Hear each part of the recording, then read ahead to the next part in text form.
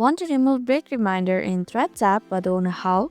Hi everyone, welcome back to Online Help Guide. In this video, I'll show you some quick and easy steps on how to turn off break reminder in Threads app. So without any further ado, let's get started. Begin by launching Threads app on your device. Then click on the profile icon which is at the bottom right corner of your screen. Now click on two horizontal lines icon which is at the top right corner of your screen. After that, click on the account. Then tap on break reminder which is at the top of your screen. Now click on the never option. And that's how you can turn off break reminder in Threads app.